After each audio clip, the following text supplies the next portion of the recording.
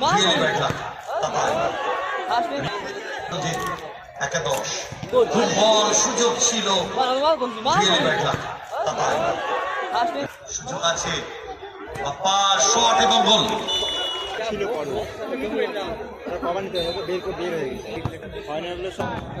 চমৎকার বলটা রেখেছে বাবলার জন্য, বাবলা দারুণ বলটা বের করছেন, চমৎকার ডান পায়ে শট এবং গোল। পুরো গোলের